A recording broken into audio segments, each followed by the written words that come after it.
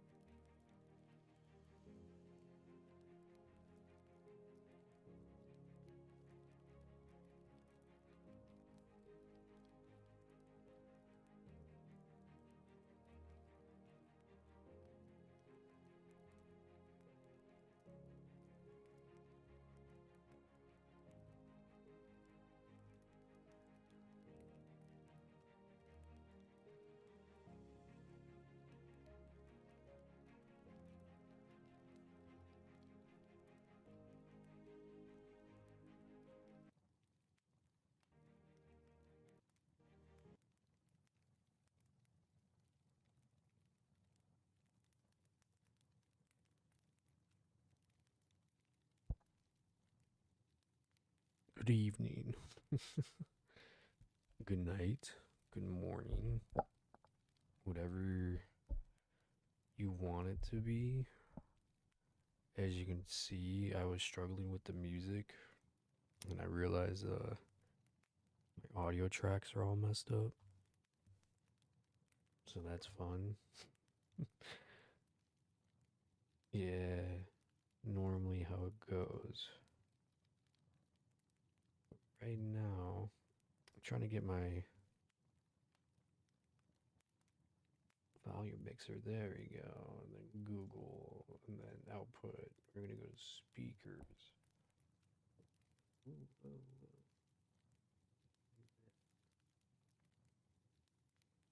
Play.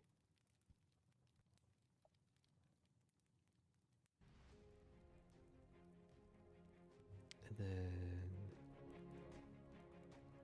music. Also, I realized that, yeah, I have to play copyright stuff. You know, shit, I'm fucking quiet, dude. I'm tired as hell. What you talking about?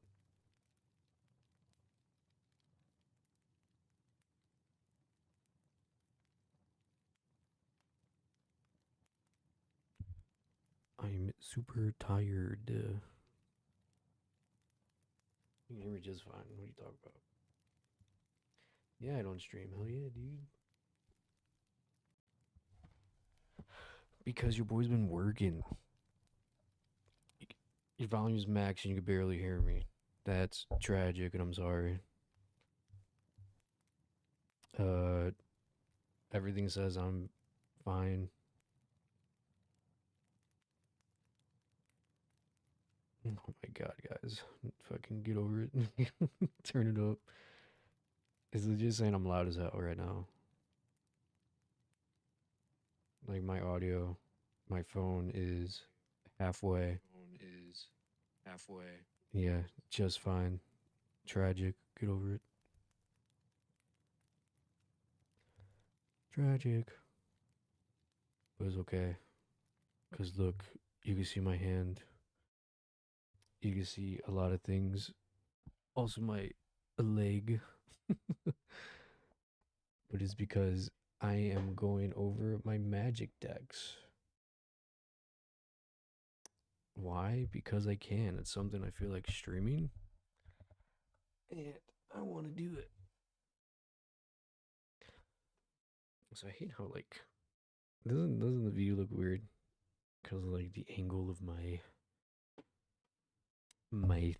things. Also, this is like stupid shit. It says epic. It's like classical music. I don't want classical music. What about this? What does this sound like? Is that decent? I think that's decent. I think they have Teenage Mutant Ninja Turtles Commander Deck Mario today. Yeah, those I've heard those are really fun to play. And when they first got announced, everyone hated them. But now that they're out, they're like, hey, these are pretty good. And so yeah.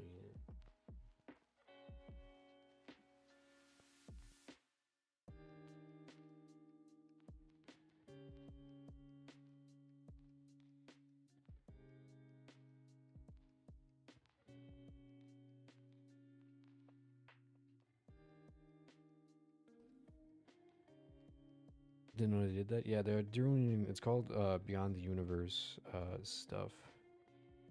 And I'm about to show you my decks. I have five Beyond the Universe decks. As you can see here, I have Lord of the Rings. I'll go through that one first. Basically, I'm just gonna say obviously hi everyone. Hello, how are you? I'm Geo Sensei. I'm back from the dead. I haven't been streaming in a while due to just living life and basically trying to survive. Realized streaming kind of fell out of love with it, but now I'm back and yeah, doing nerd activities, streaming stuff I enjoy as of late. Uh, Magic the Gathering. I think a lot of people know what it is. It's a tabletop trading card game. Tabletop trading card game. I don't know. Trading card game. And you just collect little cards and you. I play the commander format. I don't play standard. Normally standard you have 60 cards and you put down creatures. They're all different abilities and stuff and you fight them. When this one you have commander where you have my commander right now is Sauron. Sauron, the Dark Lord. The glare is insane. Can that focus? There you go. Look how cool he is. Look at my boy. Look at him. Sauron the Dark Lord. He's a legendary creature, avatar horror. He has ward. Sacrifice a legendary artifact or legendary creature. Whenever an opponent casts a spell, amass Orc 1. And a spell in Magic the Gathering is anything but a land. Land is stuff is the mana cost. So like I need a bunch of land in order to play this card. And the mana cost is right up there. You can't see it. There it is. Look at my fingernails. It has 3 in a gray circle. That means 3 colorless. And then a blue land, a black land, and a red land. So I need blue, black, red, one of each. plus the 3 colorless, bringing a total of 6 mana to play this boy to bring him onto the field. And basically, the field is, tabletop deck stuff. And my card stuff. And basically, what I'm going to do is I'm just going to go over my deck, all my decks, until I get tired, showing all the characters I have in it and all that good stuff, and maybe looking up some cool upgrades in the process or doing something legit, thinking of something legit. Because I could go through my Caesar deck. I have a bunch of cards I already want to upgrade and I put aside. Caesar from Fallout. So you have Fallout. Let me show my commanders I have before I dive into this deck tech. So I have Sauron, Lord of the Rings. I have Caesar from Fallout, New Vegas, the Legion's Emperor. Right here. Hopefully the glare isn't bad. Look at him, look at my boy. So cool, kawaii. John, you might like this. Obviously you already know, but I have Katara. They did a collaborate avatar. This is my new deck, the newest one I got. I haven't played it yet. Katara. And then the bad bee herself, Azula. This deck is nutty, and I love it. All we have is hope. But those... So I have Sauron, Lord of the Rings. I have Azula. I have Katara. I have Caesar. And then 2 more Beyond the Universe stuff. I have Kratos, God of War. He's a low cost, 3 mana cost. He's the only mono color deck. That means 1 color mana that I have, and it's basically you're gonna fight me and I'm gonna fight you, and it's basically the last one that survives. Like, he's just all about attacking. He gives my enemies the opportunity to attack every turn, and of course me with double strike. That means he swings twice. So he's a 2/3. I'll be swinging 2 damage 2 times. So it'll be 1 swing 2 damage and another swing 2 damage. He's fun to play. This whole deck that I have is really fun. So I got Kratos, God of War, and then by far I think my favorite commander deck I have, other than my angel one, is Jin Sakai, Ghost of Tsushima. He's an amazing guy. So in total I have, oh wow, I have 6 Beyond the Universe decks. So that is just Beyond the Universe. It's not from the Magic the Gathering universe. So I have Lord of the Rings, Avatar, my PlayStation, and then Fallout. And then the only universe stuff or Magic universe things I have are, it's 2 decks right here. I'll bring them out right here. So I have the Scarab God. He's basically a zombie horde guy. I just make a bunch of zombie tokens. So his ability is at the beginning of your upkeep. Each opponent loses X life and you scry X, where X is the number of zombies you control. So if I have like 6 zombies on the battlefield with this guy up, that ability cracks for... So each opponent would lose 6 life, and then I would scry 6 cards. That means I could look at 6 cards, see if I want them. If not, I put them at the bottom, or I'll keep them at the top.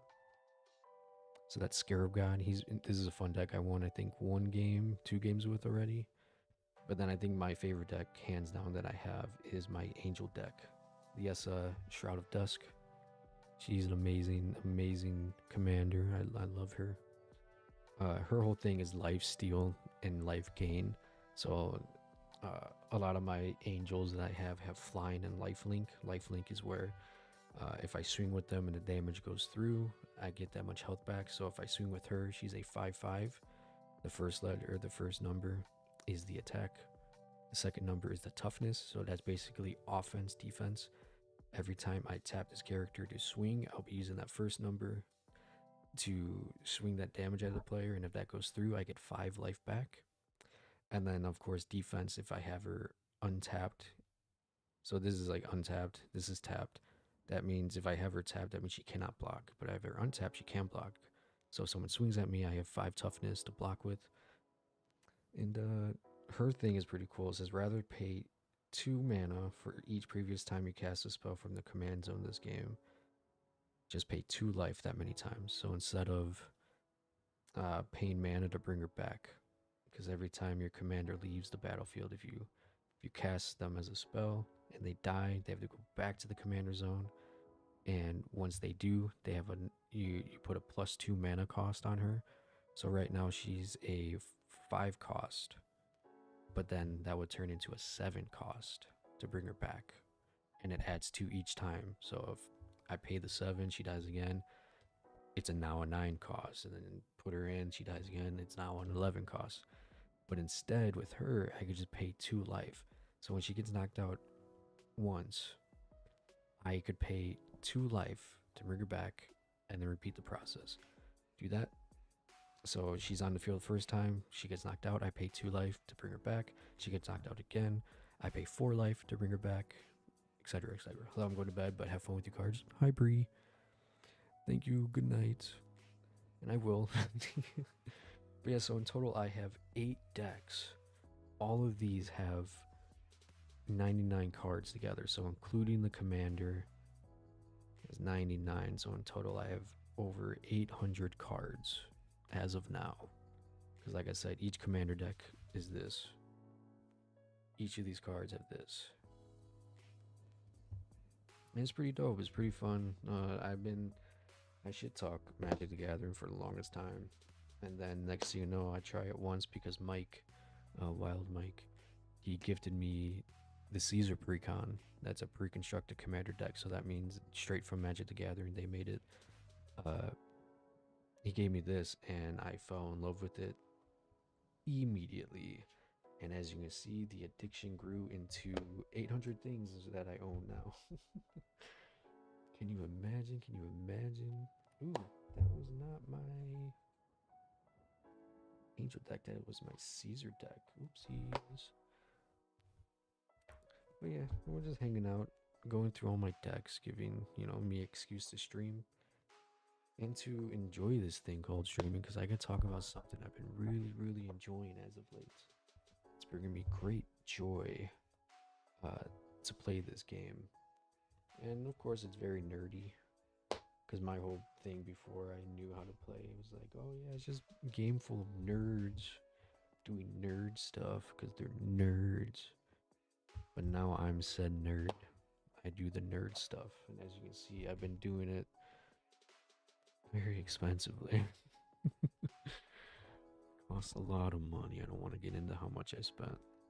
Donation link is open, by the way. Donate to support my Magic the Gathering addiction. Don't. It was a joke. Please don't. But no, like I said, I'm not going through every deck because, again, 800 cards is a lot. I might go through my Lord of the Rings and then maybe my Caesar, because Caesar is the only one I have actual cards I want to get to upgrade this deck. And good night, Bree. Thank you for saying hi and stopping in. But Caesar, because this is a precon, that means, like I said, there's nothing special about this deck. It just comes from straight from Magic the Gathering or Wizard of the Coast. And so nothing like too crazy. It's all Fallout theme cards. But I think I watched a video. I did a lot of studying. I want to replace, I think all of these are, I think 28 cards for just better value and token generation gain. And I have a trip coming up in the end of July, beginning of August, going to Gen Con in Indianapolis. It's basically Magic the Gathering stuff. They're selling a bunch of stuff. And I hope to find all the replacement cards, because I have them all saved on Card Kingdom. I'm going to turn this deck into just basically just creature token generator and a lot of cool counters or just instances and sorceries. Having the ability to just really bring the potential of this deck just to life very quickly. Because his whole thing is whenever I attack, you may sacrifice another creature. When you do, choose two. And there's three abilities I could choose from when I attack. It says create two 1/1 red white soldier creature tokens with haste that are tapped and attacking. You draw a card, you lose, or the next ability is I draw a card or you lose one life.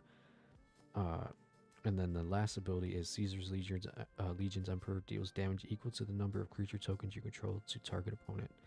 So it's really, really cool to be able to obviously bring them onto the field, and then if I have any creatures on my field, I could sacrifice one to bring out two 1/1 token creatures, and that's basically just my token gen. The more 1/1s I have, the more sacrifices I could to to crack all these abilities to play.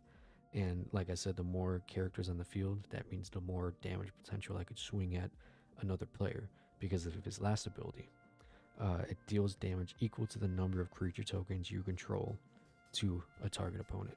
So let's say I have like 20 creatures, 20 creatures on my field.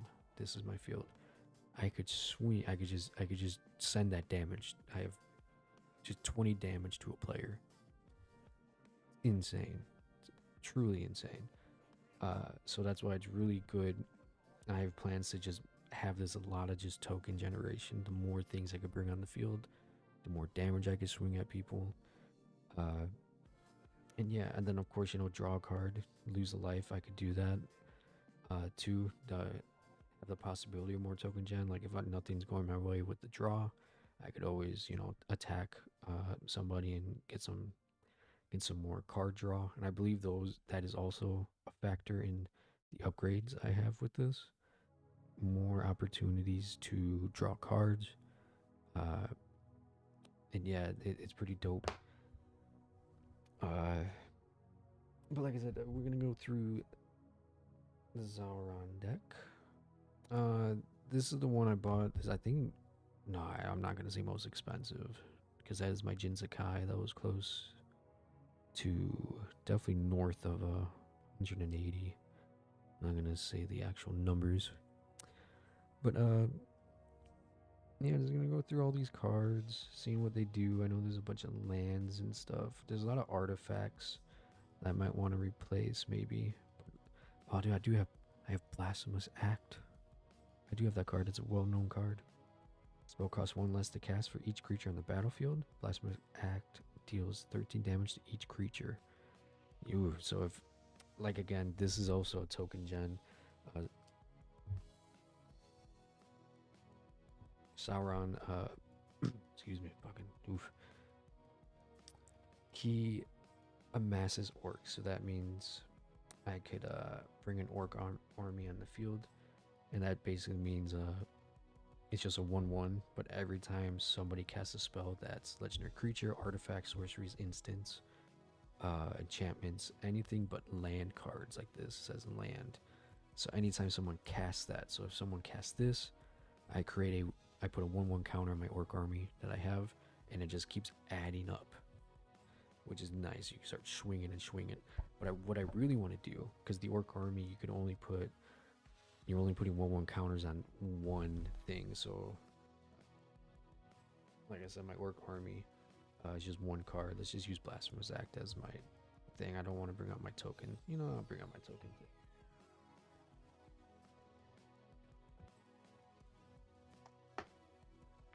Also, look at my dice, dude. I got so much stuff. I spent so much money on this. It's insane. It's insane. Look at all these dice. Mm-mm-mm. You got the D20s. You got the counters. Like I said, when I say counters, it's the plus, negative. Uh, what are these called? I don't know what these are called, but these are mainly just like for planeswalkers and stuff.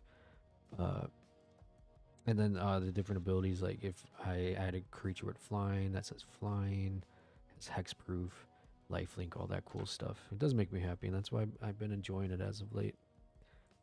Uh,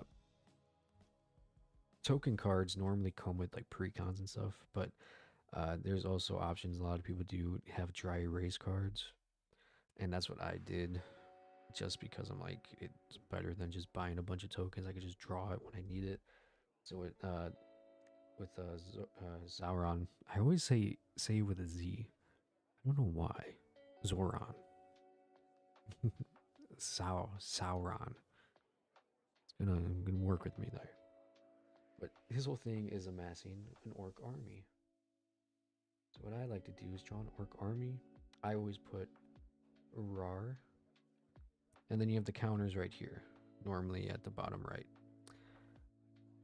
And so when Sauron's on the field, Sauron, sheesh, I'm tired. I'm gonna botch that like crazy. When my commander's in the field, there it is, founded bypass. Any spell other than a land, so any card other than a land counts as that ability to trigger, and that ability is to put a 1/1 counter on my orc army. So if you cast 2 of these spells, this, instead of being a 1/1, goes to a 3/3. As you can see, you start getting it. See it? I wonder if I could like flip my camera to make it. Does it transform? Flip horizontal? No, that's not it. Transform. How do you? Is it that one? Oh no! Oh no! Oh no! How do I go back? Okay, there you go. How do you mirror it? Like, I want to flip it. How do I do that? How do I flip? Wasn't it that? Oh man. Oh. Oh no. Can you read that? No, like, how do you? When I make it, when it's facing you, you can read it because it says RIR and then core. We are. It's a backwards 3. With me, it says Orc Army RAR 3/3. You see what I'm trying to do? I'm trying to mirror it for some reason. Um. Hmm.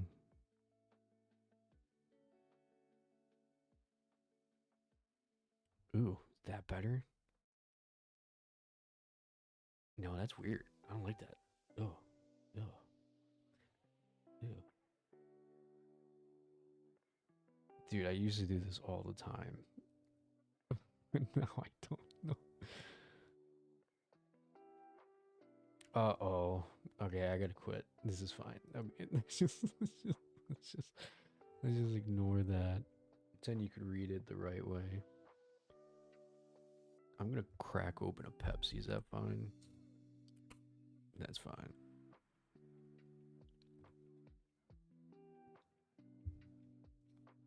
Yeah, but um, excuse me. Um, Also with Sauron, the cool thing is whenever I attack with an army that I control, it cracks the ability of the ring tempts you. That's basically just another thing I could do. Ring tempts you. There it is.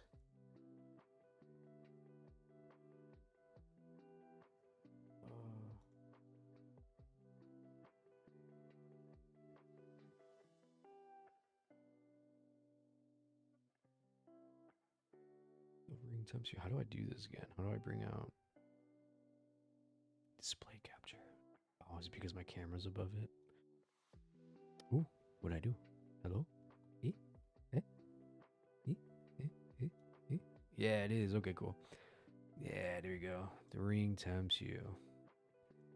So every time my creature or my orc army attacks, one of these abilities crack here, as you can see right here. So that would be the first one. It says the ring bearer is legendary and can't be blocked by creatures with greater power. So I could put the ring on anybody that I want. Whenever the ring bearer attacks, draw a card. So if I attack again, it would crack that second ability. And then if I attack again, it will do this. The third ability says whenever your ring bearer becomes blocked by a creature, that creature's controller sacrifices it at the end of combat, which is crazy. And then if I attack again, it'll be the fourth one.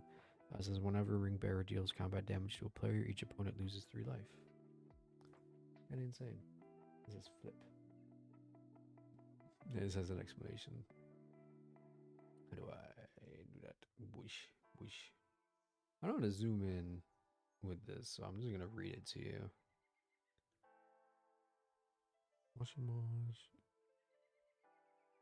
Dude, my camera doesn't fit like almost. Whoa. Hi, James.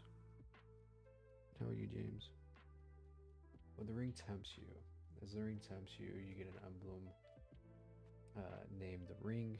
If you don't have one, then your emblem gains its next ability, and you choose a creature you control to become or remain the ring bearer. Hey, buddy, hope you're having a great birthday. Hell yeah, dude. I'm having a great birthday. I'm streaming again, and I'm playing, and I'm going over a bunch of cool things that I've been getting into, aka Magic the Gathering. It's been fun. It's been great. Everyone at work, I handed out a bunch of cookies at work, and sodas, and soda pops, kind of soda pop. Hell yeah, dude. I'm happy for you too. Because I can. But no, what was that? Yeah, I went around giving teachers a bunch of, just cookies and soda pops. And soda pops, why am I calling it soda pops? Pepsis. I've learned a lot of people don't like Pepsi. Learned that. So, a lot of Pepsis that no one drank. I guess I'm going to have to drink them. But if you're coming over Saturday, there's Pepsi, so you can have Pepsis. Pepsi Cherry and regular. I don't know why. I don't know why either. A lot of them said they're on a diet, but I still took the cookie. So it was very confusing for me to be like, okay, like you're on a diet, so you don't take the soda. Which I guess the soda probably would have more sugar. Ooh, it does. This is 84% in this. Oh boy. Well.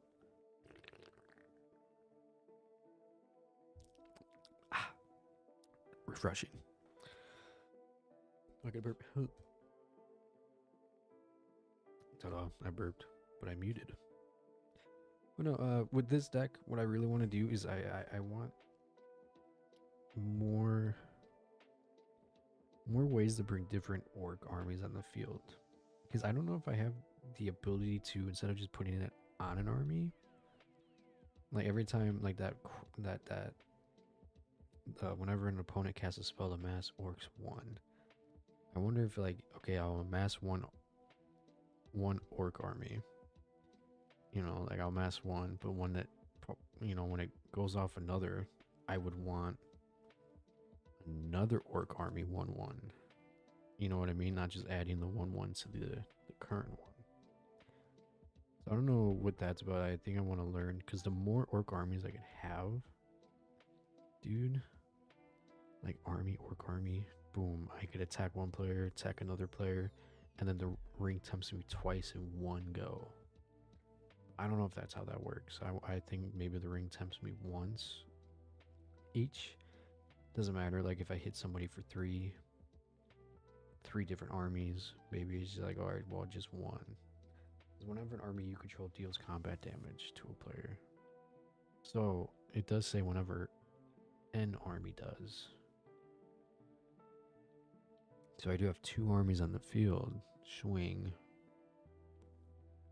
Does it proc twice? That's a good question to have, because my idea was more token gen with this, like more armies on the field and more heavy creatures that do a bunch. That was the plan, and I think this deck actually does that. So that's why I wanted to kind of go through it, because I only played this deck maybe twice. This is my least played deck. Every other deck I played at least, I think, 3 times. Even my Kratos one I played like 3 times, which was crazy because I just got that. So I'm just going to separate all my cards here. I'm going to put like all the instances, sorceries, lands, artifacts, all in one little pile. And I'm just going to go through all of them. I'm going to separate my commander. Because I have this really bad habit of putting my commander in my pile, then I have to go find my commander. Land, artifacty, sorcery, land. I like putting my basics and my other lands in a separate pile. We have a sorcery, basic land, another land, sorcery, artifact, legendary creature. Oh, sorcery, basic land, artifacty. We have another land card, creature, land, basic. Oh, don't have an instant pile. Instant, creature, no. Land, basic land, creature, enchantments. Ooh, we don't have an enchantment pile. Enchantment Saga, legendary creature. By the way, it's ironic to see you doing a Lord of the Rings deck. I just booked my next Act 2 in his Lord of the Rings theme. That is ironic, and I'm happy and I'm jealous for you. Lord of the Rings has been another nerd thing I got into as of late. I started watching, I think I watched all the movies last year. I'm getting, oh, dude, it's in, oh, I might have that. Hold on, pause. I think that dude, I think I have him. I have Sauron, another version of him, the Necromancer. You can't see that. That's pretty bad. Uh, I have him in this deck, bro. I think. Because that's the big demon, right? That's the big guy. Doesn't he kill Gandalf? Spoilers? Yeah. Hold on, bear with me here. I have him somewhere. Like I said, a lot of card. I had to go through a lot of things. I have over 100 of them.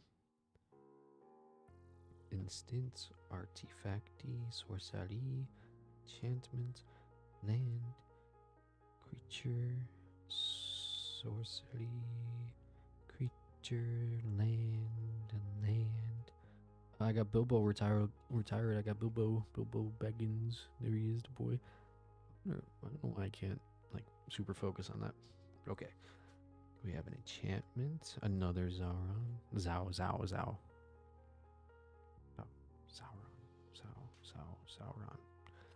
What do I say with a Z? I don't know why that's a huge struggle for me to say this man's name.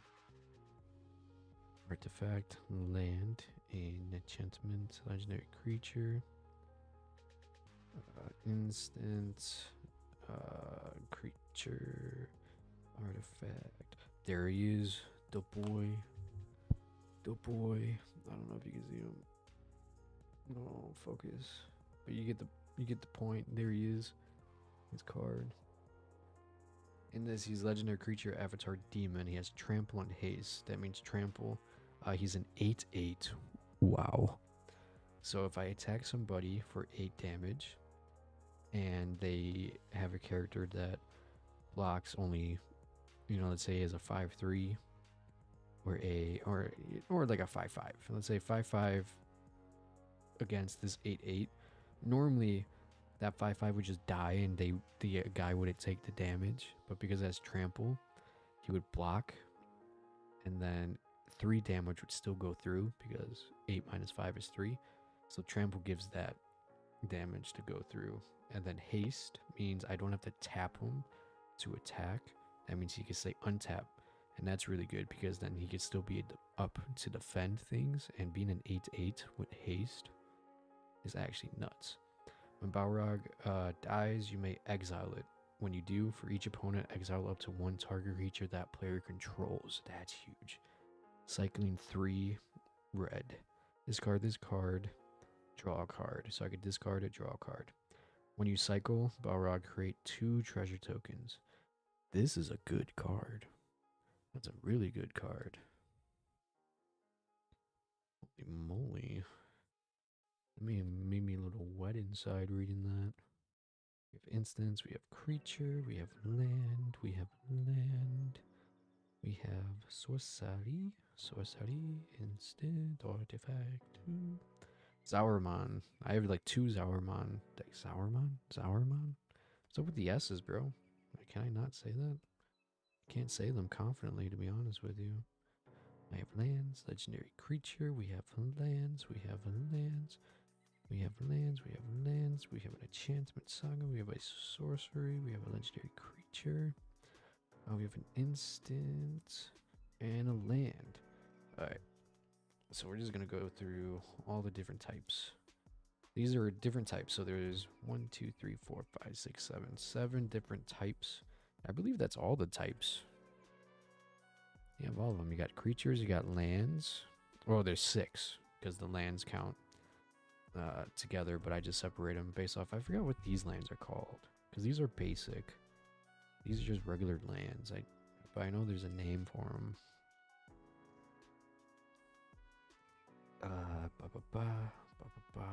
Creature, lands. So like I said, in order for me to play, oh, that's an instant. What are you doing over there? In order for me to play any of these cards, I need lands on field, on my battlefield, to pay for them. So for this instant, it says Soothing of Schmeagol. It cost 1 colorless and 1 blue right there. You can't see it, but it has a 1 in a gray circle and then a blue emblem. It's basically like a water drop, teardrop. So for me to play that, let's clear the board, give you a real representation of how a game of Magic would go. You know, I just separated all these. And I really want to put them together because I do want to go through each one. I'm just gonna do like this dummy. I got like a fake little thing. You know, let's say board states up, and I got that, and I got like, you know, 1 orc army up, whatever. And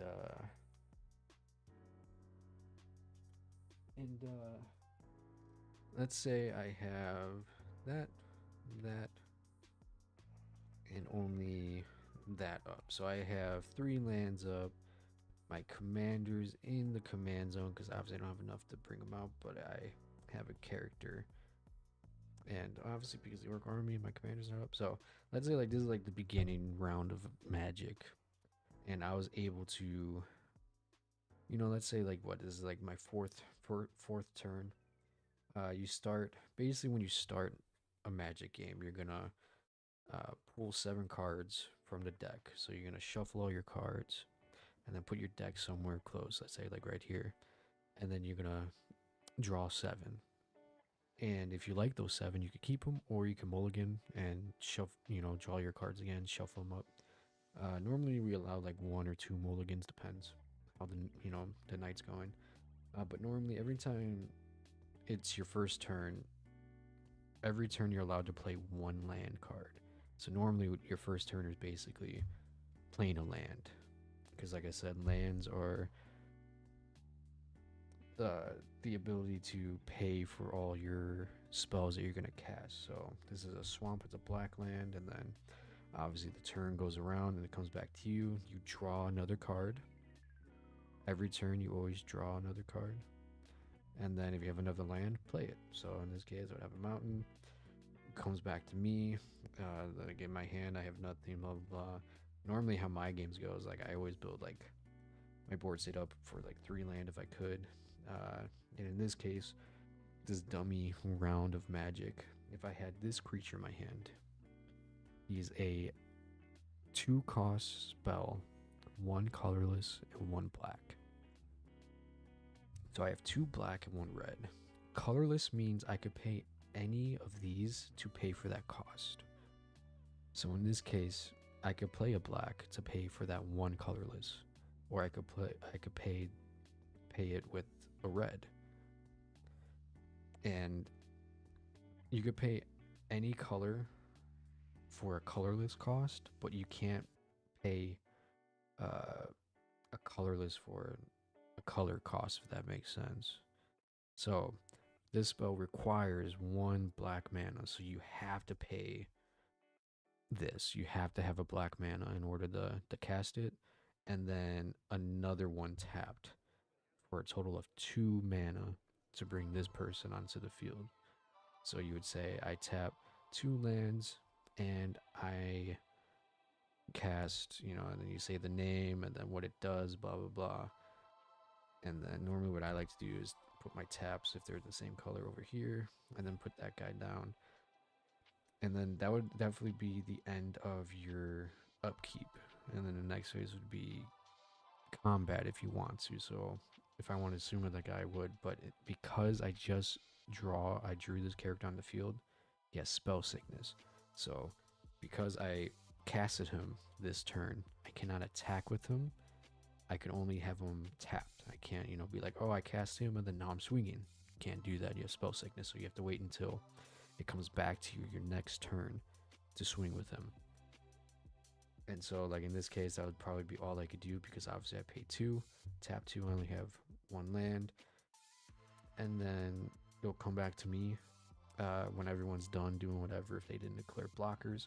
Because if this guy can still block because he's up, so if some guy, the next person goes and he decided to swing a 1-1 at me, I could block for 2-2 with this guy, and his 1-1 would die, mine would still be alive. And then it'll come all the way back around. Then when it's my turn again, I would untap all my lands, untap any card that you have tapped. That means it's tapped. So when it's when it comes back to you, it's called your untap phase. So basically, you're just untapping everything, basically restarting your board to play again and swing again. In this case, you draw a card, and then play a land, and then you go through your cards, see what you could cast. You know what I mean? So in this case, we have 1, 2, 3, 4 mana up, 2 black, 1 red, 1 blue. And I was bringing out this instant. Like I said, I want to bring out an instant. The Soothing of Smeagol. I could absolutely play this because it's 1 colorless and 1 blue. Like I said, we have blue. If we didn't have this blue and we wanted to play it, obviously we couldn't because we cannot pay that cost because you need a blue. But now that we drew it, we could play it. So we would tap that blue and then tap a red to pay for that colorless and put it on the field. Instants could be played anytime because normally you're allowed to only play creatures, on when on your upkeep or damage phase or combat phase and end step stuff. Uh, Same with sorceries and artifacts, you can only do it during that. But instances at instant speed, that means you could play whenever. So if some guy was turning, it was his turn, it wasn't my turn, and I had a bunch of things tapped. And if let's say like I had this tapped and this tapped, but I had 2 mana up. So let's say some guy is during his upkeep. He's like, he's putting creatures on the field. I would say in response, I cast an instance, or I'm saying I cast an instance because I don't know if it's really in response to what he did because this doesn't really counter anything or whatever. Uh, or I could because it says instant. It says return target non-creature token to its owner's hand. Return target non-creature token. Yeah, so I would be like, so if you put out my opponent put out a character, I would play this instance, say in response, return target non-token creature to its owner's hand, and I would choose that, so that would go back. And then it says the ring will tempt me. That's actually pretty dope. I just realized that. And I just had an awakening there. I don't know if you saw that. I'm like, that's a pretty good card. Because I could, in response, someone drawing a character or bringing a character on the field. Non-token creature. Yeah, wow. That's anything other than tokens.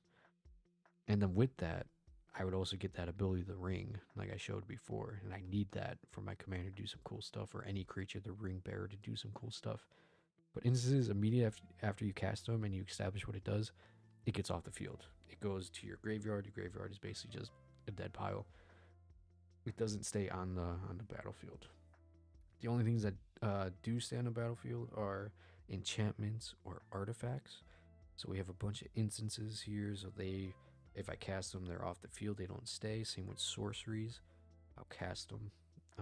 They don't stay on the field. They go to your graveyard. But enchantments, like these are cool little things like sagas. Uh, Sagas, there's like turn-based stuff. So you like after 1, when you cast it, you get that 1. And then when it brings back to you, it goes to you that 2 phase. But this one, it has the first 3 phases. As create a 3/3 black wraith creature token with menace, and then the ring tempts me. So if I had that up, the ring would tempt me each time it was my turn. So I would pass priority. It will be my opponent's turn.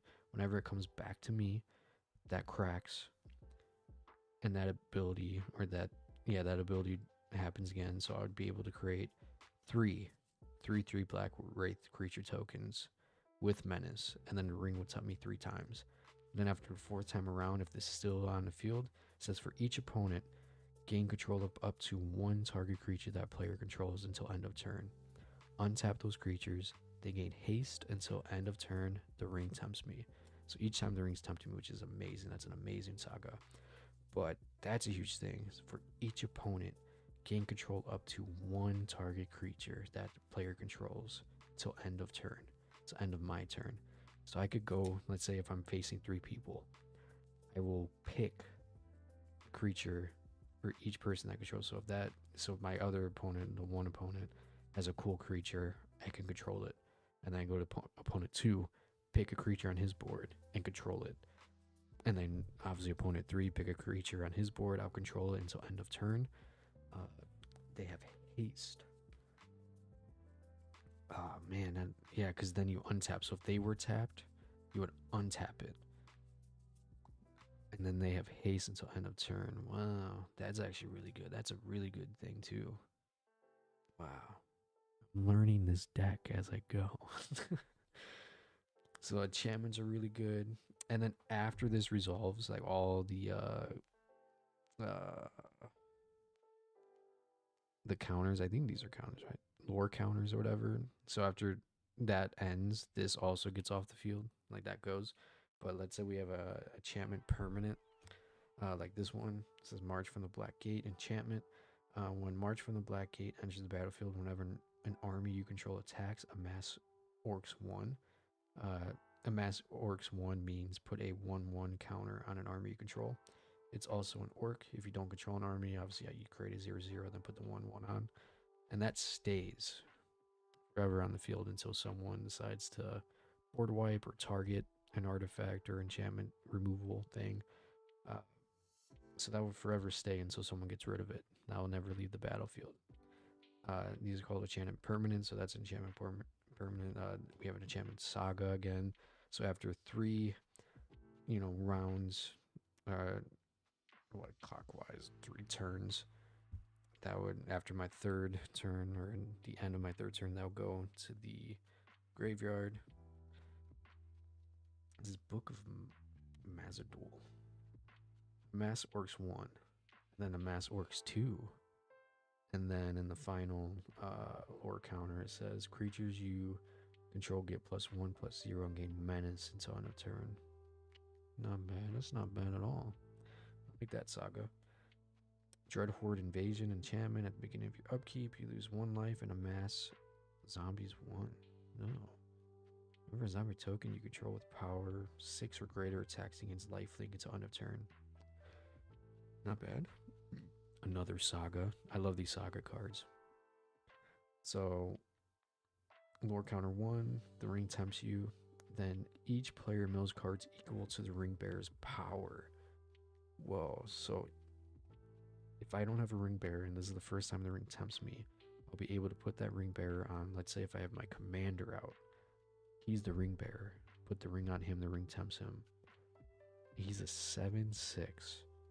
So each player would mill 7 cards. That means this is the deck I would have to put 7 cards into my graveyard. That is crazy. And then it says destroy all non-legendary creatures. So legendary creatures, each creature, it would say legendary creature. I don't know if you can see that, but it says legendary creature. If it didn't have legendary and it just said creature, it would die. Damn. And then the 3rd lore counter, each opponent loses 1 life for each creature card in that player's graveyard. Whoa. That's a really good one. Because let's say if he had 6 creatures in his graveyard, he would take 6 damage. So because I made him mill 7 cards, and if he milled 7 creatures and put him in the graveyard, he would take 7 damage. That's an amazing card too. Fiery Encryption, Fiery encryption. Sheesh. Enters the battlefield. The ring tempts me again. Whenever you cast an instant or sorcery, this card deals 2 damage to each opponent. So that's good to have on board. So it enters the battlefield. I get that ring prop, crack thing, prop off. I'm tired. I'm getting there. The ring tempts me, which I want, because the more it tempts me, the more the abilities I could have. I don't have it already maxed. Whenever you cast an instant sorcery, whenever I cast an instant sorcery, deals 2 damage to each opponent. So I would want to cast an instant and sorcery all the time to just deal 2 damage. That's just burn. So that's these things, the instants here, and then the sorcery spells. That's actually a really good card too. That would be amazing on my Azula deck. But the ring tempts me and doesn't really do anything. Because imagine, because my Azula deck is just instant and sorceries. Oh man, I gotta find a card that just has that when you cast an instant sorcery spell. It deals 2 damage to each opponent. There has to be a card. That would be insane. Go to bed, you go to bed. What time is it? I don't know. Ooh, it's midnight. Holy moly. Normally I would be going to bed. How long have you been live? It's been an hour. Nerd activities. Nerd activities.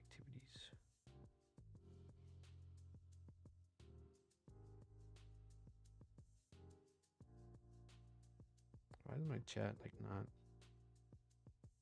going up? I don't need it to, but you know. But yeah, this card, this deck actually has a lot of cool stuff. Let's go through that again.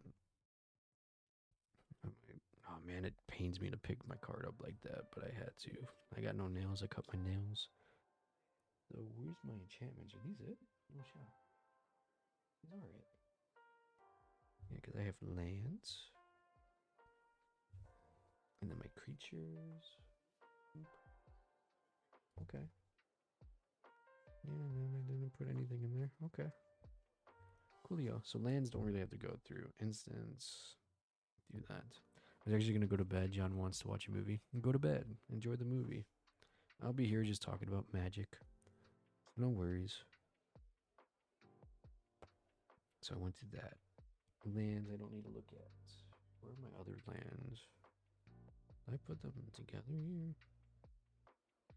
Did I really? No, there they are. Yeah, okay. Here's my other lands. Put my other lands there. There. But if you are going to bed, good night. Thank you for tuning in. Thank you for everyone that tuned in. Said hi. Even if you didn't say hi, appreciate it. So March of the Black Gate, I said, enters Call of the Ring. At the beginning of your upkeep, the ring tempts you. That's a really good thing because every time it starts my turn, the ring tempts me. When you choose a creature as the ring bearer, you may pay 2 life if you do draw a card. So every time if I want to change the ring bearer, I'll just pay 2 life. That's pretty cool. We had a good birthday. I did. Good night, and I did. With all my friends wishing me a good birthday and a bunch of, friends and family. It was nice talking to people and realizing that people do remember me. So that's nice. So thank you so much for tuning in. I'm about to get off here in a bit too, because your boy wants to go to bed as well. The sagas are nice. This enchantment's nice. Yeah, all these enchantments are really good, especially with the sagas that I have. So that's really good. So I'm just putting that there. Now let's go through sorcery. Treason of Isengard. Put up to 1 target instant or sorcery card from your graveyard on top of your library, and then I amass orcs 2. So that's really good after like a board wipe or something, or if I use a sorcery to do something, I could bring it back. That's not bad. Of course you have you, baby girl. Oh, thank you. No, it feels nice. It feels nice being loved. It really puts me in a good mood knowing like people actually care, and vice versa. It's really legitness. But hopefully everyone else had a good day.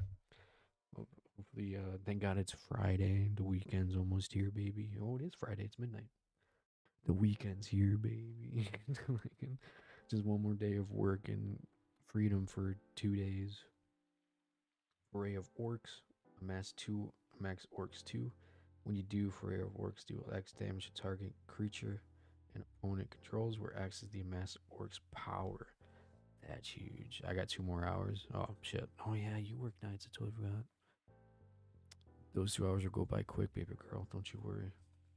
That that's a good one because if I could save that, and if my orc is like 12 power, when you do, that deals 12 damage to target creature and opponent controls. Oof. Yeah, I hope so. I want to go home.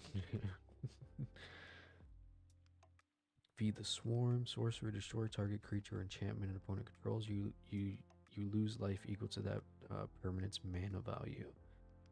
Okay, so if it's like if I destroy a creature and it's like a 6 cost in mana, I would just take 6 damage. I would lose 6 life. That's not bad. Widespread brutality, sorcery amass 2. Then the army you amass deals damage equal to its power to each non-army creature. Ooh, okay. Okay. Summons a Zaurmon. Amass Orcs X, mill X cards. You may cast an instant sorcery spell with mana value X or less from among them without paying its mana cost. Gotcha. So this one has an X colorless and a red blue. So I could have a red blue land up and tap any amount of lands I want to invest into that. That's what that X means. So if I wanted Amass Orcs X, I tap the red blue and I tap another 3 mana. It would say Amass Orcs 3, mill 3 cards. You may cast an instant or sorcery spell with mana value 3 or less from among them without paying its mana cost. 3 or less. So if I had something in my deck, in my graveyard, a sorcery spell instant that's 3 or less mana cost, I could play that for free. So in this case, I do have a lot of 3 or less. This is a 2 cost, so I could play that for free from my graveyard, which is nice. Wow, that is really nice. That has flashback. Uh-oh, excuse me. Flashback. 3 colorless, red, blue. Exile X cards from your graveyard. So exile 3 cards from my graveyard. Flashback. Exile. I want to exile cards. I don't know. Still learning. Swarming of Maria. You get the point. It's a sorcery. Create a treasure token. A treasure token is an artifact. Once you tap it, you sacrifice this artifact. Add 1 mana of any color. That's good. Amass Orcs 2. Wow, okay. Bad. Decree of Pain. Sorcerer, destroy all creatures. They can't be regenerated. Draw a card for each creature destroyed this way. That's an 8 cost. 6 colorless and 2 black. That's a crazy card. That's basically what we call a board wipe. Has cycling 3, has 3 colorless and 2 black. Discard this card, draw a card. When you cycle this card, all creatures get -2/2 until end of turn. That's a good wombo combo card. If I could get up to what? That's 5. 6, 7, 8. 8 plus 5. That's 13. Like all in one, dude. 13 mana. I have to have 4 black. That could be a crazy, crazy card. This has ring sight, sorcery. The ring tempts you. Search your library for a card that shares a color with the legendary creature you control. Reveal it and put it into your hand, then shuffle. So that's just, ramp. That's just basically getting lands on the field, which is nice. Claim the precious, sorcery. Destroy target creature. The ring tempts you. That's good. That's a good one. Has Schmeagle with the ring. Says the destroy creature. That's like if a creature's being a bully, one of my enemies are doing, I can just say, hey, destroy target creature and get it out. Put it in the graveyard. Oh, man, I'm gonna botch this. Azaglath. Asgilith. Sultan Asgilith. It's cooked. You can't read it because it's all super not focused. Mass Orcs X. Again, this is another colorless X3 red cost, so I could put as much mana I want into that to get that number up. So if I put 5 colorless and 3 red for a total of 8 mana, I would amass 5 orcs, then goblins and orcs you control gain double strike and haste until end of turn. Woof. That's a good one. Heavy cost, but that could be good. Faithless Looting, sorcery, draw 2 cards and discard 2 cards. Nice. Just draw, you know. Get that drawing in. Mordor Muster, sorcery. You draw a card and you lose a life. And then amass orcs. So I'm amassing orcs, I'm drawing a card, getting more decent cards in my hand. And then I'll lose a life. And then of course Blasphemous Act, the most famous Blasphemous Act. Sorcery, this spell costs 1 less to cast for each creature on the battlefield. So it's an 8 colorless and 1 red cost, so for a total of 9 mana. Let's say I have a bunch of creatures. Let's say I have 8 creatures on the field. This spell costs 1 less to cast for each creature on the battlefield. So that 8 cost, that 8 colorless would be gone, and all I have to pay is a red. If I had 8 creatures on the field, I just have to pay 1 red. Make sure, and also make sure that red is untapped. I have to tap it to play it. And then once I do, Blasphemous Act deals 13 damage to each creature.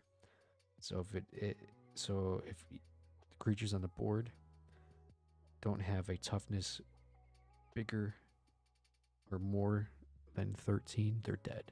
So you need like a toughness of 14 to survive, obviously. Anything above 13, they would die. Majority, a lot of creatures in anyone's deck is kind of below 4 most of the time. Like that's like every creature, unless you have like a dinosaur deck where they're just 14 14s or 15 15s for some fucking reason. But that's a really good card. So I forgot I have Blasphemous Act in that deck. That is crazy. Also, I don't like these sleeves because this annoying thing that I barely touch them. I'm barely touching them and it does this. I hate that. I might want to get new sleeves. Like, it's cool. Don't get me wrong, but also they're very cloudy sometimes. But this is annoying. I barely touch it and it goes like that. Hate it. But now we're going through my instances. Instance, Soothing a Smeagol, turn down a token creature. Oh, we went over this. So I could put a target creature into the owner's hand, and then the ring tempts me. So they would have to pay that mana cost. So if the non-token creature I returned to the owner's hand and it was an 8 cost, he would have to pay that again in order for him to put him back on the field. Fact or fiction, reveal the top 5 cards of your library. An opponent separates those cards into 2 piles. Put 1 pile into your hand and the other into your graveyard. So I'm taking from your library, and then opponent separates those cards into 2 piles. Okay. So I would mill 5, the top 5 cards, hand them to an opponent. They would split them up into 2 piles, and then I would put 1 pile into my hand of my choosing, and then the other to the graveyard. I assume when the opponent separates them, they would look at them and put up whatever together face down, bring them back, and then I would take my guess, and take that. That's pretty cool. I like that one. I do have a counter spell in this. Counter spell, counter target spell. So counter spell is basically like if an opponent plays an instant sorcery, anything other than a land, I could counter it, basically saying, nope, fuck off. Get that out of here. It goes to the graveyard. That's really good. I'm so happy I know that I have that. Sauron's Ransom. Choose an opponent. They look at the top 4 cards of your library, separate them into a face down pile and a face up pile. Put 1 pile into your hand and the other into your graveyard. The ring tempts me. Again, it's a gamble. I like that one. That's pretty cool. Hello, Zero. How are you? I'm just going through my Sauron deck. What is this? Who are you? Who are you? Thank you for the follow. Thank you so much. You didn't have to, but I appreciate it. Oh, everything went off. Twitch is like, hey, dude, you haven't streamed in like a year, and someone followed you. I think my email went off, my computer went off, and this went off. Thank you, I appreciate you. Welcome in, welcome in. Relax for a little bit. Like I said, I'm going through this only for a short time, and then your boy's going to bed because I just got home from work an hour ago, and I was bored, haven't streamed in a while, and I wanted to go through Magic the Gathering cards. So welcome in, welcome in. Thrill of Possibility instant. As an additional cost of this spell, discard a card. So when I pay the one colorless and one red, I would also have to discard a card from my hand to play it. But then it says draw 2 cards, so that kind of, helps. I'm just get rid of a card that I don't want. It's a possibility of drawing 2 more better cards. That's pretty dope. I like that. Oh man, I'm gonna botch all of this. Lazotep plating. Lazotep. It's an instant. Amass 1. So that means I can put a 1/1 counter on army I control. And if I don't control one, I just make a 1/1 army. You and permanents you control gain hexproof until end of turn. You and they can't be the target to spells or abilities your opponents control. That is pretty dope. I like that. That's a good one. Saruman's Trickery, instant counter target spell. Another counter. Nice. It's a 3 cost, 2 blue, 1 colorless. Amass Orcs 1. That's amazing. I like that. I like that a lot. That's a counter and I amass. That's huge. Orcish medicine. Orcish medicine. Instant. Target creature gains your choice of lifelink or indestructible to end a turn. Oh. And then lets me amass 1. Oh. Okay. Glorious Gale, instant counter target spell.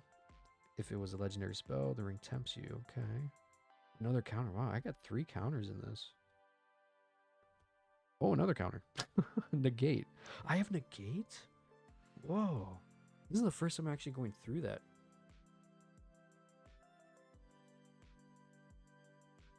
I'm alright. Slightly annoyed because I'm a card shorter being able to build a commander. I found interesting sense. First scene. Oh, yeah. Dude, with me, I'm very new to Magic. And I was gifted a precon, one of the Fallout precons from a buddy. It's a Caesar deck I have. And since then, it's been an onslaught of just me spending a lot of money on this. I found a website called Moonveil and Commander Complete. I didn't build any of these decks. They're basically built from scratch from professionals, air quotes. Just basically people selling full commander decks, 100 cards online. They do all the work of building the deck for me. Like I said, for being a beginner, I didn't really know how to build. It was very daunting. So I just spent a lot of money for someone else to do it. Like I said, I have a total of 8 decks so far. Kind of as well, this commander is from Final Fantasy. Ooh, I saw Cloud. I wanted to get Cloud's precon. Just because I only know Cloud, not from Final Fantasy, but from Smash Brothers growing up. When I saw that, I was like, whoa. But I know a lot of the Final Fantasy stuff is really good from what I hear, or from what I've been looking up. What commander is it? Is it Cloud? Or is it that bird? I know there's a bird commander you can do, which is funny. But I have a bunch of artifacts too.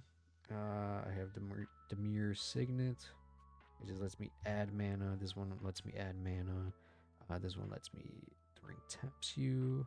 Worn Power Stone enters the battlefield tapped. That allows me to add 2 colorless mana. Noctis Prince of... Ooh, whoa. I don't know that one, to be honest. Like I said, I don't know... I haven't played Final Fantasy. I have not played it. I forgot how to spell. And I'm tired and I can't read. Oh, snap. No way. That's from 14, right? Why do I know that? If that's right. Oh.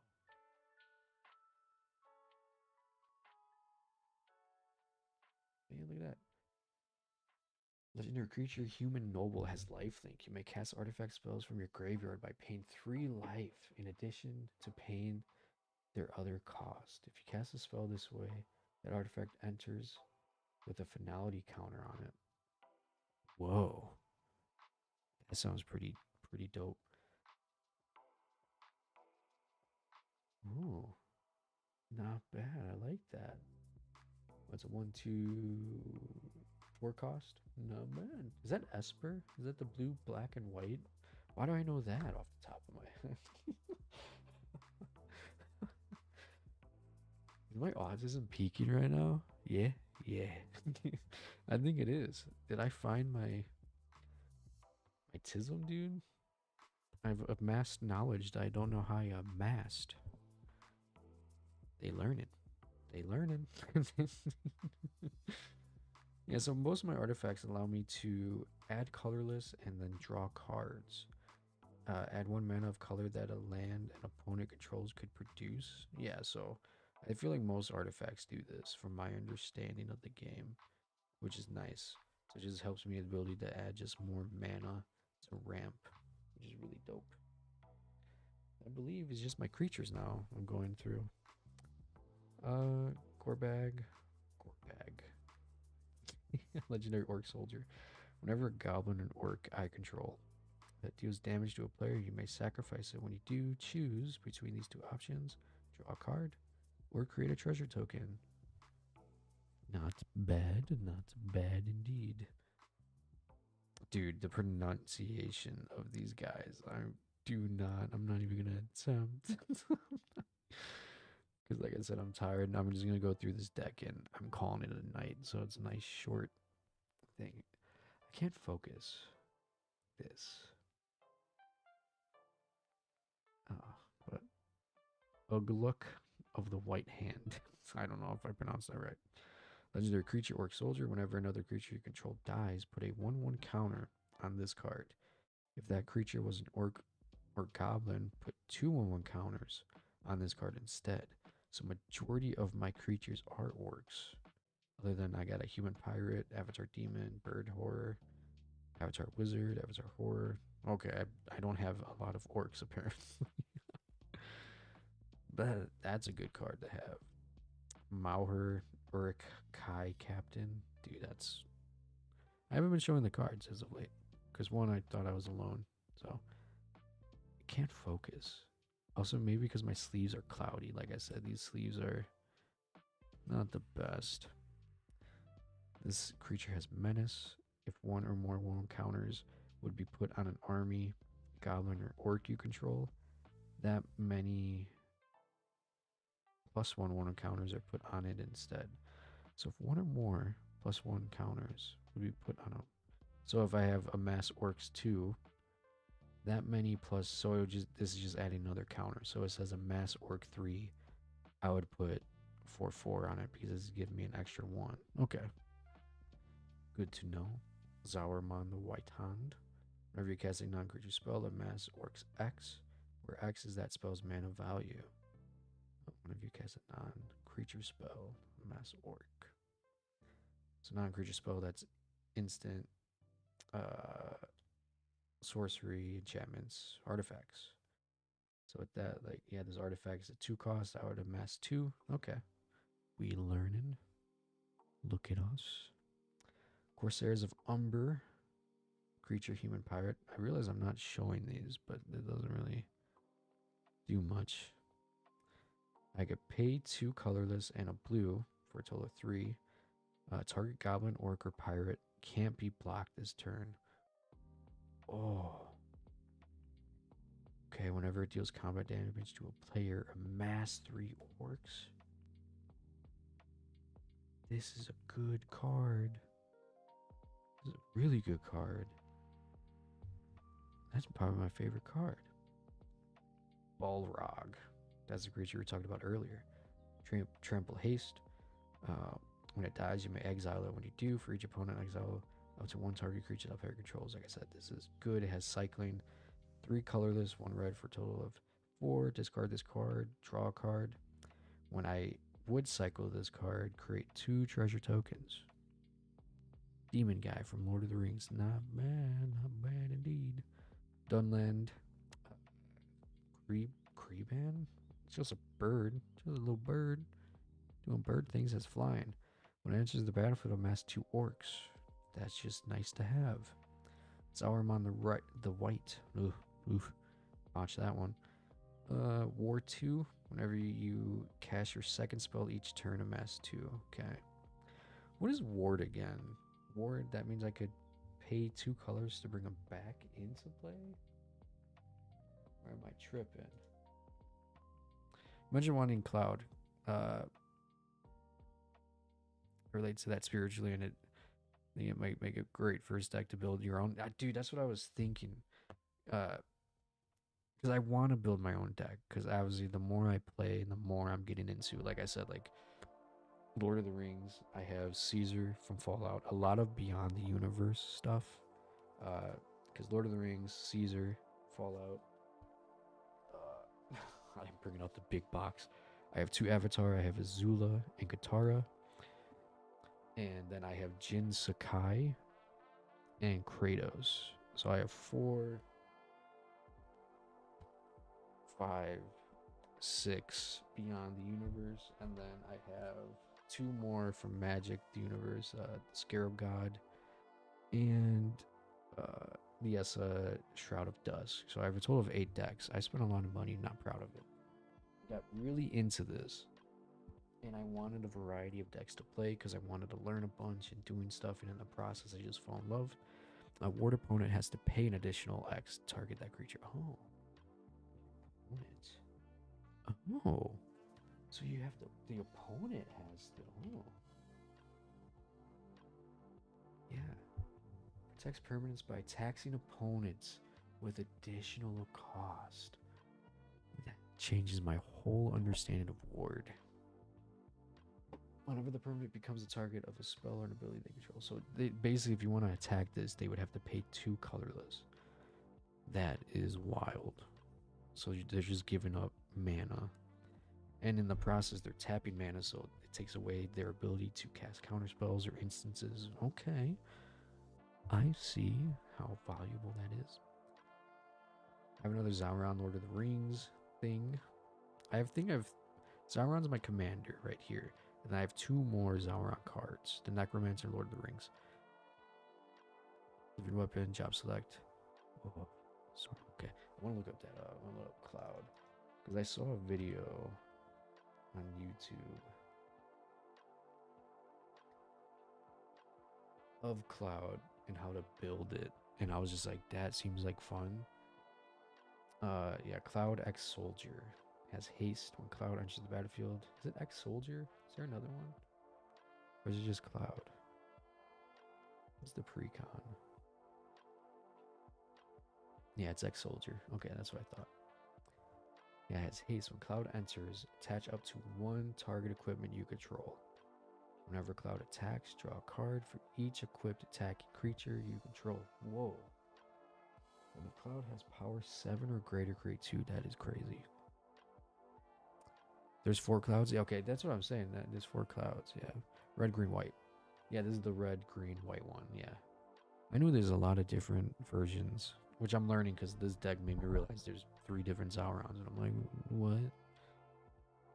When you cast a spell, mass 5 orcs. Mill 5 cards and return a creature card from your graveyard to battle. Trample. Woof. Bilbo, retired burglar. When Bilbo enters, excuse me. I gotta take a drink. My throat was getting dry. I'm not getting emotional. You're getting emotional. When Bilbo enters the field, the ring tempts me. Deals damage. Damn. Alright, now we're gonna look at this fucking coat. Ooh. This cloud card. Man, what is... There's a video that I can't find it anymore. I'm trying to see... I want to look up how many different cloud cards. Magic the Gathering cards. I want to look at all the different clouds.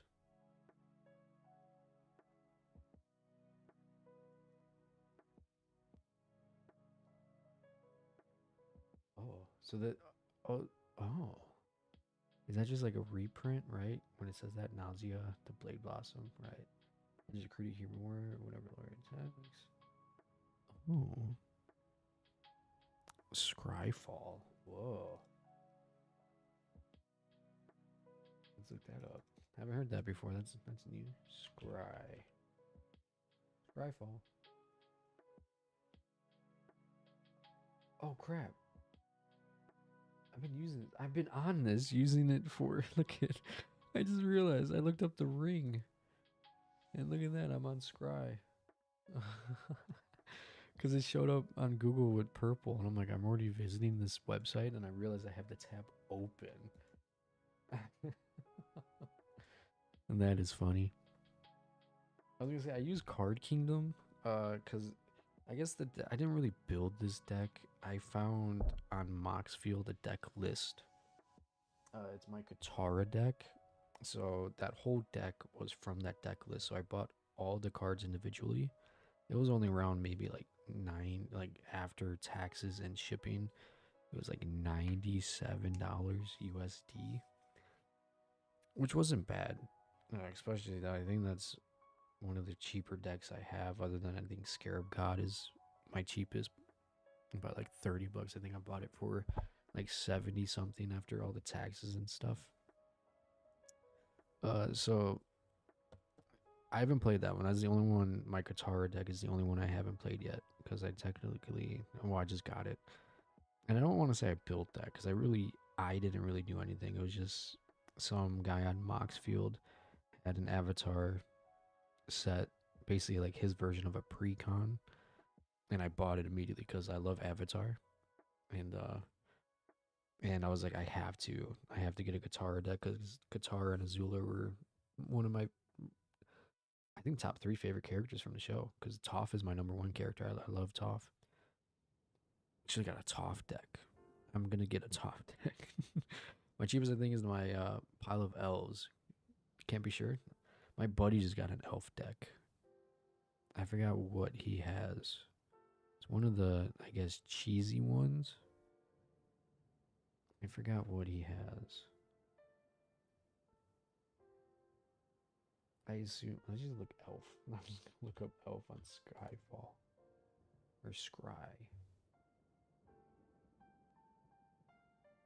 Okay.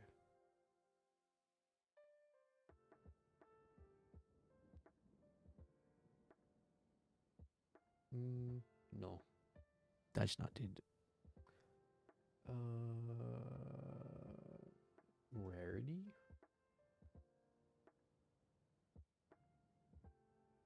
No, that's not it. I don't know, something with that. Oh, that sounds evil, dude. That sounds evil.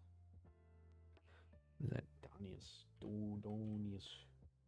Stelios. Stelios. Stelios. And Louise. I doubt I spelled that right. Yeah, that does not look good. Oh, Archdruid. You're smart. Filter legendary elf. Yep, that's fair. Elves you control have whenever this creature becomes tapped during your turn, untap it, put a 1/1 counter on it. This ability triggers only once each turn. That sounds evil. So that's basically elves you control. All elves, not just this elf. Wild. Fucking wild. Elves you control. Whenever this creature becomes tapped during your turn, you untap it, put a 1/1 counter on it. This ability triggers only once each turn. So during my turn, if I tap it, so that means I swing and I attack, I would untap it and then put a counter on it. And then that's the only time that would trigger. Okay. Not bad. Not bad at all. Okay. Man, elves are insane. But that's once per turn. Is each elf? Oh yeah, each elf you control. Each elf. So if these were like I've had 5 elves on the field, and I tap them, swing. That ability will crack, and then those are all be untapped with 1/1 counters on it. So each elf gets to untap once. That is wild. Is this? That's not the deck that my buddy has. I'm messaging him, but I feel like he's asleep because it is. And it is 12:39. I should be going to bed here in a minute. Holy moly. Holy moly, mother of Joseph, give me the strength. It's not. To not face elves. Oh boy. Excuse me. And then my other Zaron. Zaron the Necromancer Menace. Whenever this card attacks, exile target creature from your graveyard, create a tapped and attacking token that's a copy of that card, except it's a 3/3 black wraith with menace. At the beginning of your next end step, exile that token unless Zaron is your ring bearer. Not bad. This name is insane. I'm not even gonna pronounce it. Which is a cool little orc guy. Ooh, can't see it. When it enters the battlefield, amass 2. When you do, until end of turn, gain control of target non-legendary creature an opponent controls with power less than or equal to the amassed army's power. Untap that creature and it gains haste until end of turn. That could be stupidly good if I play it right. Holy moly, Night Scrape. Jeez Louise. Nightscape Familiar. Creature, zombie. Blue spells and red spells you cast cost 1 less. Hey. I have blue and red. Nice, let's go. I could pay another colorless and black to regenerate. This time, this creature would be destroyed. Instead, tap it, remove it from combat, and heal all damage on it. Oh, so if it was destroyed, I could pay 2. Okay. Not too bad. Grunk, the Gatebreaker. That's trample. Nice, it's a 5/5. Nice. As long as it's your turn and you control an army. This is an artifact creature. Oh. Crew 3. Tap any number of creatures you control with a total power 3 or more. This viewer becomes an artifact creature until end of turn. Okay. I understand the difference between artifact creature and legendary artifact. Oh, artifact. Okay, I get it now, because if it's a board wide targeting all creatures, this stays on the board because it's not your artifact. But I could turn it into a creature by tapping 3. Okay, I'm understanding. Golem, Patient Plotter. Golem leaves the battlefield, the ring tempts me. I could pay 1 black, sacrifice a creature, return it. This card from the graveyard to your hand, activate only as a sorcery. Not bad. The Mouth of Sauron, legendary creature, human advisor. When it enters the battlefield, target player mills 3 cards. Then amass Orc's X, where X is the number of instant sorcery cards in that player's graveyard. That's pretty good against spellcasters and stuff. That's a 5 cost. Okay. I'm seeing the vision of this deck. If you discard a card, you may pay 1. If you do, amass zombies 2. So I have zombies and orcs in this deck. Which is a good Guamo combo because then that's 2 armies I can control. And a lot of these are put counters on armies I could control. So if I have 2 armies up, I could choose which one. Okay. I'm seeing the vision with that card. That's the Lostep Chancellor. It's a wizard zombie. Legendary creature, Lord of Nazgul. Wraith Noble. Oh yeah, this is the one that makes me have a bunch of black wraiths, right? Wraiths you control have protection from ring bearers. Whenever you cast an instant or sorcery spell, create a 3/3 black wraith creature token with menace. Then, if you control 9 or more wraiths you control have base power and toughness 9/9 until end of turn. That's the card that could get out of hand if I'm able to get 9 wraiths on the field. Whenever you cast an instant sorcery spell, I can rate. Yeah, rate token. Drink water, you dehydrated bitch! Who said that? I have a Pepsi. I have a Pepsi. Thank you, sir. There you go, Pepsi. It's late. Liquidate. It's late. Liquidate. No, it is late. Your boy will be going to bed here shortly because these are the last 5 cards I'm going to go through. And definitely going to be going to bed because I do have work tomorrow, which is nice. Gothmog. Oracle Lieutenant. Gothmog enters the battlefield, mass 1 orc. Creature tokens you control have Death Touch. Creatures you control. Creature tokens you control have Death Touch. Is my orc army a token? Because if so...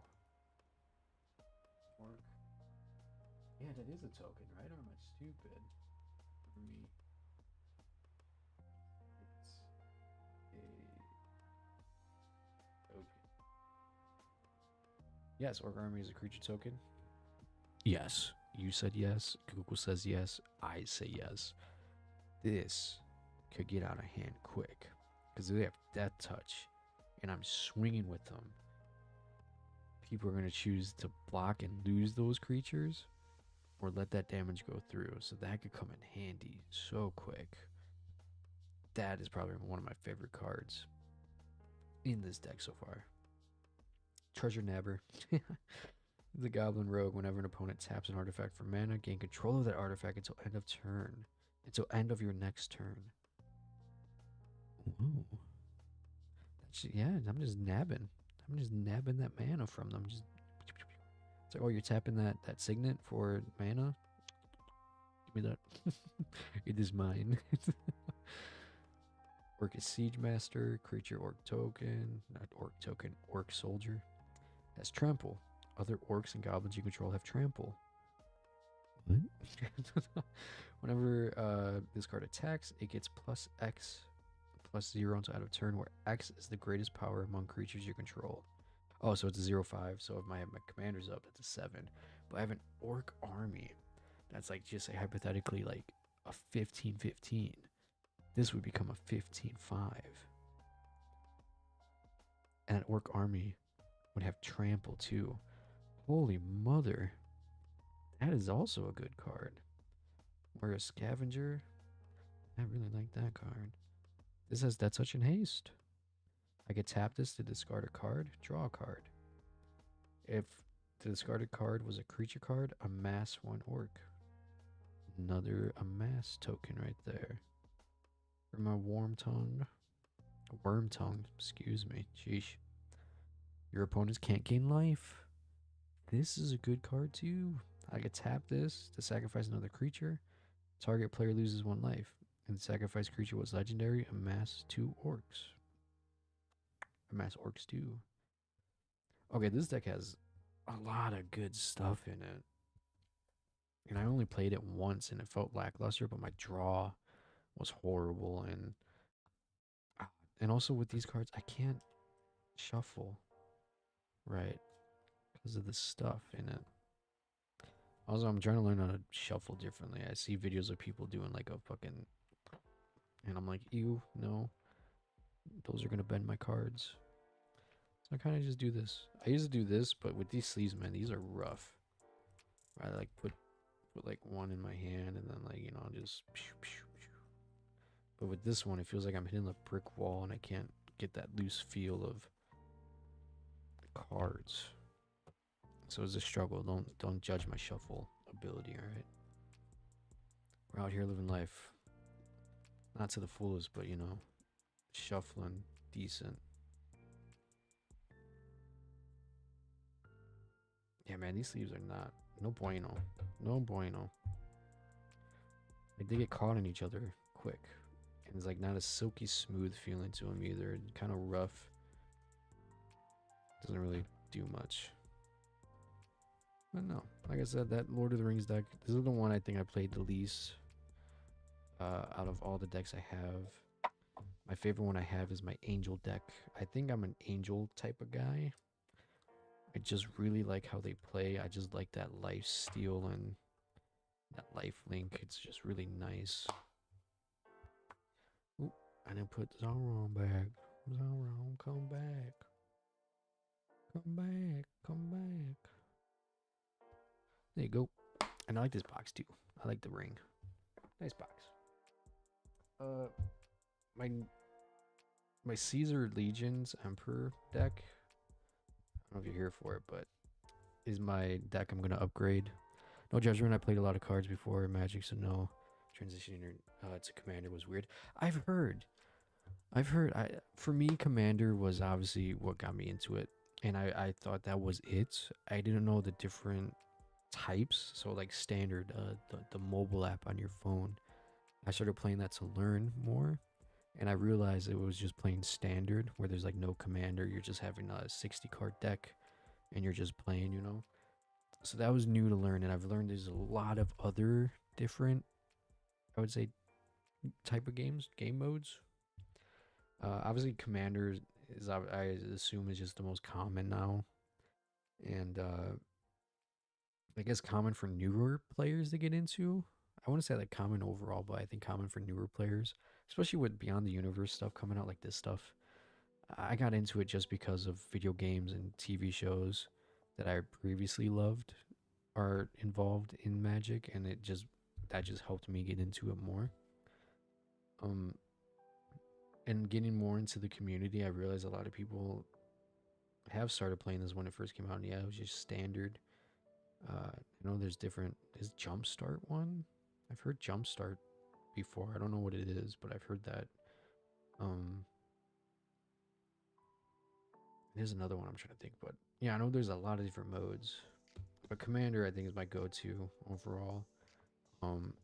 When I get bored or anything, I go on the mobile app and I play Magic, Gathering Arena, and I play standard basically against people online. And I like that. I really want to get a standard deck just to have it. I think that would be pretty cool.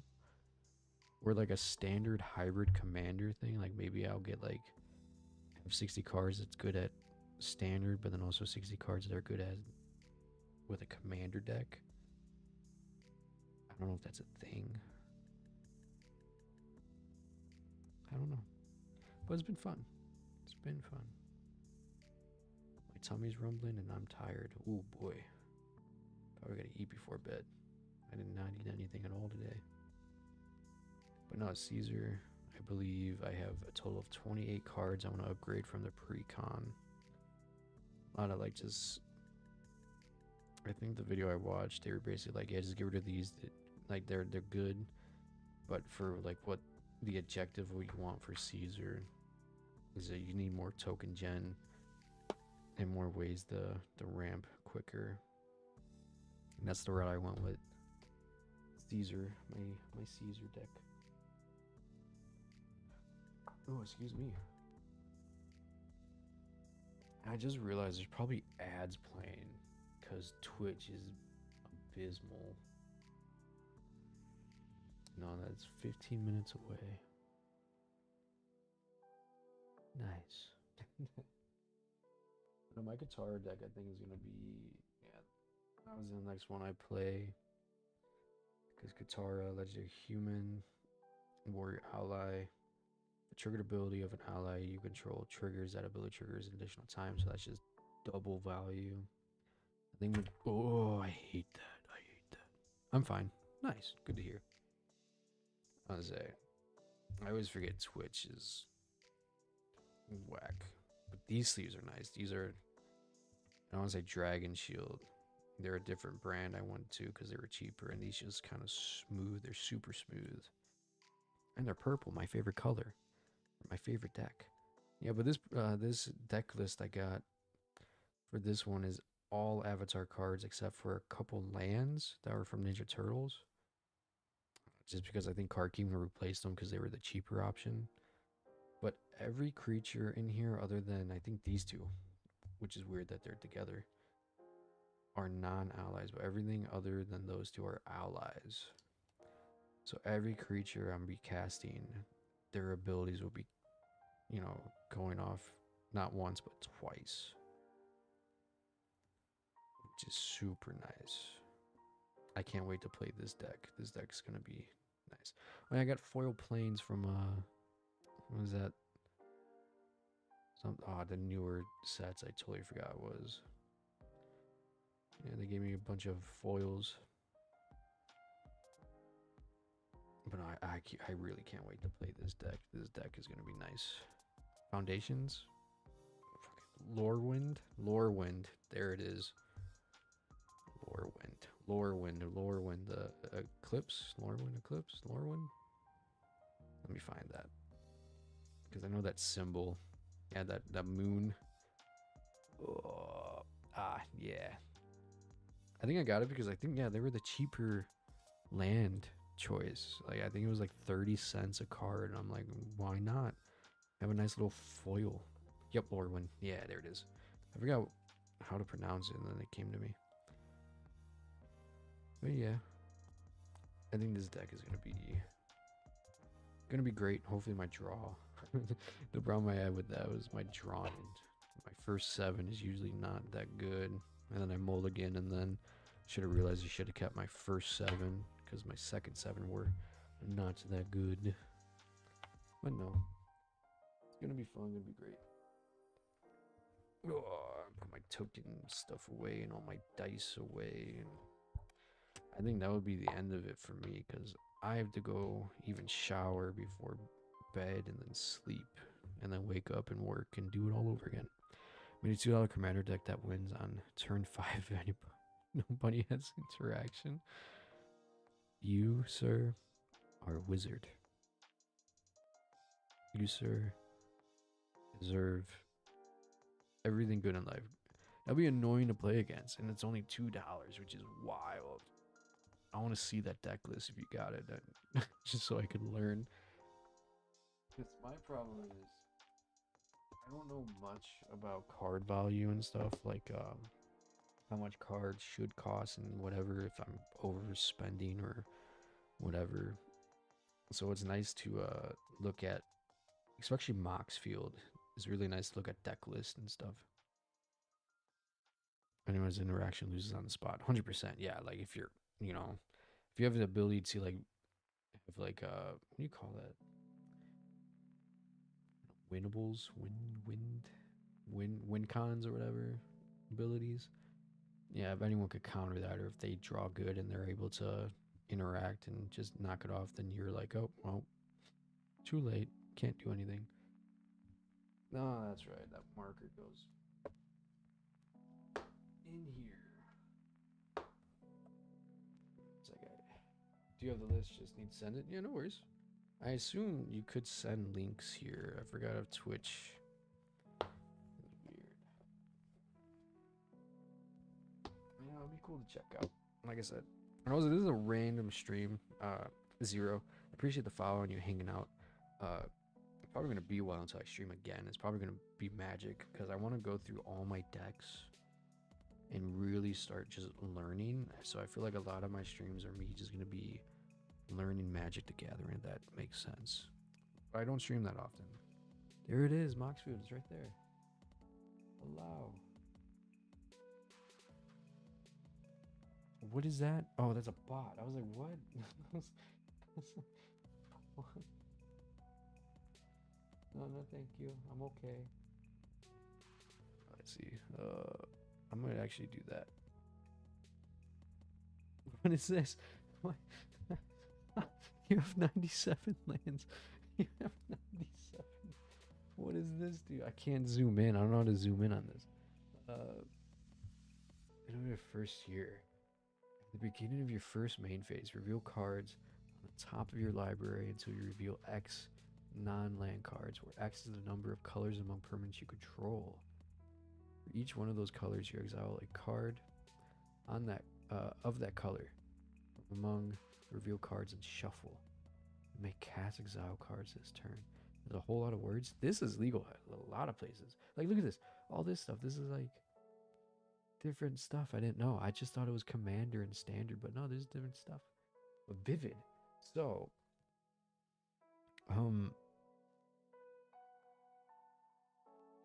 beginning of your first main phase, reveal cards from the top of your library until you reveal X non-land cards, where X is the number of colors among permanents you control. So that's anything, right? Anything. Do you count lands as permanents? Is lands permanents? Lands permanent. Oh yeah, they are. So whatever's on the oh. Whoa, so that's why you have so many lands. Because you have 48. So imagine you're just drawing land each turn.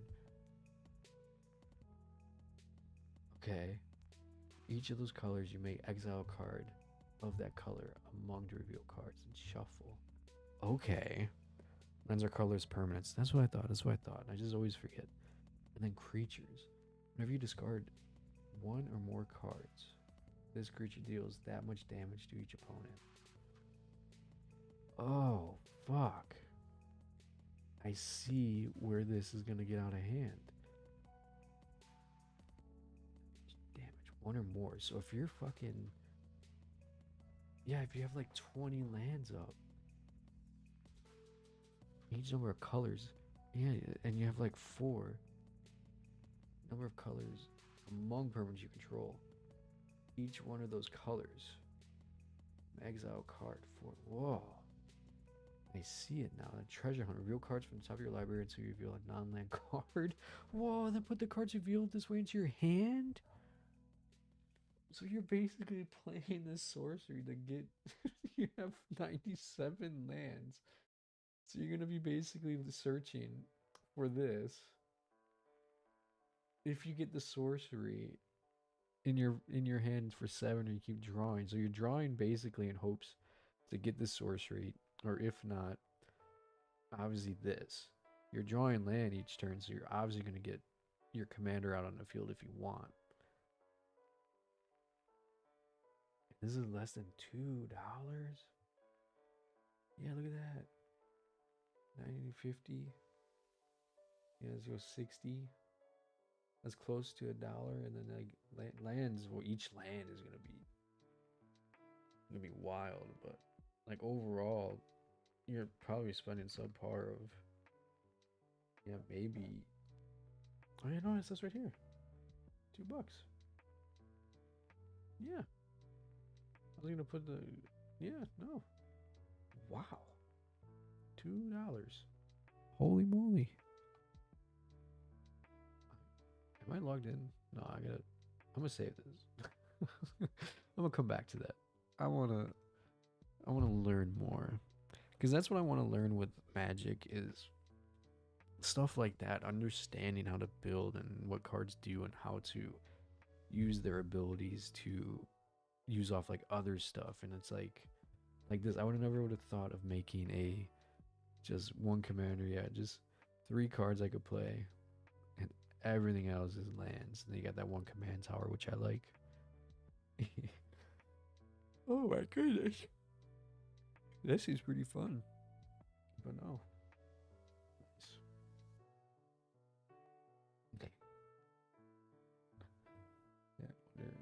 Yeah, because I'll show you the guitar one.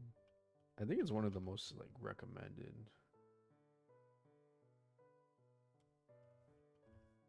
Typing with one hand hurts.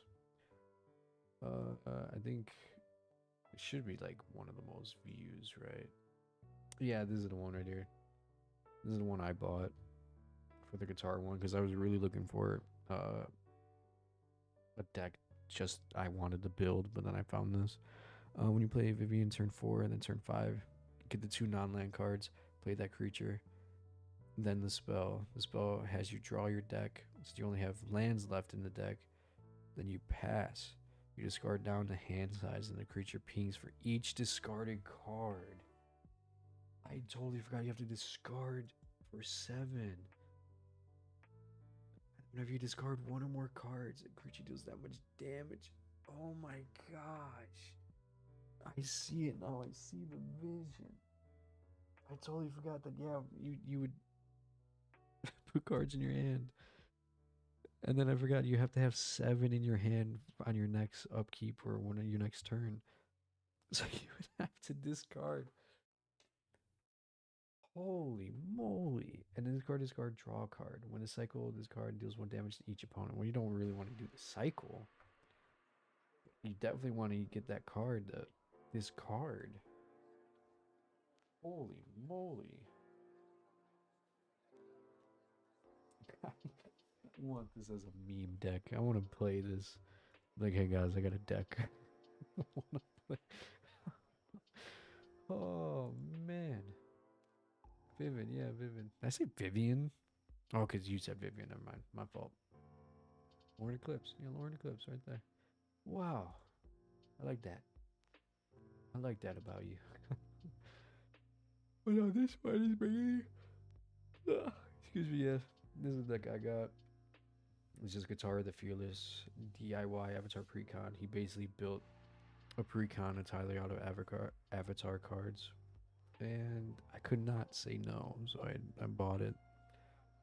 For what it looks like a nice deck to play. I just can't wait to play it.